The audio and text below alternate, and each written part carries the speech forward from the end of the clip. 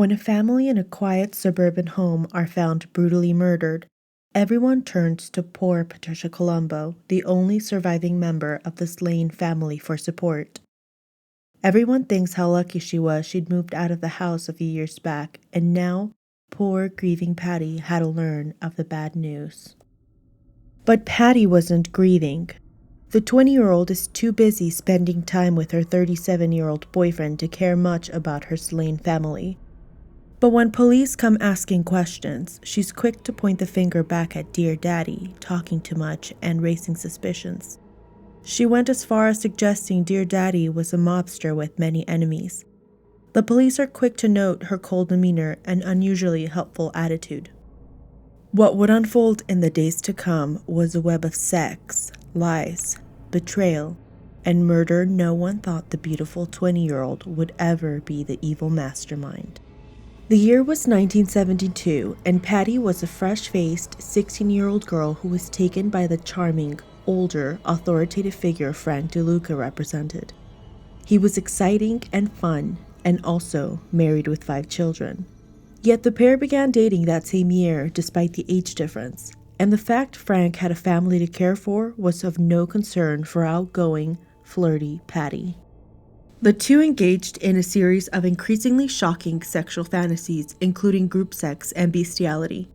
It is reported Patty showed off a picture of her having sex with Frank DeLuca's dog to her classmates.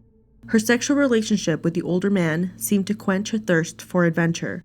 It seemed like they both had met their twisted match. By 1974, Patty had moved out of her comfortable Elk Grove Village home and into the home Frank DeLuca shared with his wife and 5 children with the consent of her father. He reportedly was not aware of the sexual nature of their relationship at the time, nor was he aware that it would be his undoing. The two officially moved in together into a small apartment in 1975, and that same year, just 2 months after moving in, Marilyn DeLuca filed for divorce from her philandering husband. After learning about the new move, Patricia's father, enraged about the news, was prompted to beat DeLuca with a rifle, knocking him to the ground.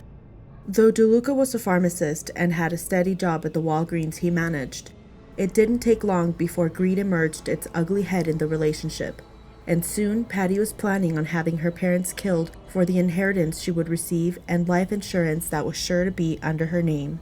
It was no secret Patty's father was not happy about their relationship, and it was the cause of many arguments between Patty and her father. So much so that Patty planned for at least 6 months the grisly murder, and even went as far as hiring hitmen to do her bidding. Soon after deciding she wanted her parents dead, Patty met Lanny Mitchell and Roman Subsinski on September of 1975. They were introduced by a mutual friend. Lanny offered Patty money to go out with Roman on a date, and she agreed because she needed the money, but made it known she had a boyfriend who her father didn't approve of. They went to a lounge to drink and dance, then Patty spotted a gun Lanny was carrying and inquired about it. He told her that he was inclined to do favors for his friends, and Patty was taken aback. Lanny was turning out to be the answers to her diabolical prayers. At one point in the friendship, Patty asked Lanny for an unmarked gun and some bullets. He agreed to get them for her. The next week, Patty and Lanny met again, where she again brought up the problem she was having with her parents and expressed her desire to have them killed. Lanny said he would do it for $10,000 per person, though he later testified he never intended to kill them, but merely went along to get money and sex from Patty. Over the next 6 months, Patty would call Lanny asking him when the murders would take place, and he always had an excuse or said something to calm her down. At one point, she even provided him with floor plan drawings of her parents' house and informed him about the diamonds and furs he could take along with several electronics around the house. Lanny tried to back out of the deal, saying his conscience was bothering him, but Patty refused to let it go. 1 week later, in November, Patty met once again with Roman and Lanny and asked when the murders would take place. Roman then asked for some money for the killings, but Patty said the money would come after the killings from the life insurance policy. The men were not convinced, so Patty offered them sex instead, which they agreed to. The next few months would be filled with desperate pleas from Patty for the men to kill her parents, even informing them her father had taken out a contract against DeLuca. The men strung her along, taking sex as payment without doing the deadly deed. Between November and January of 1976, Patty was growing more and more impatient.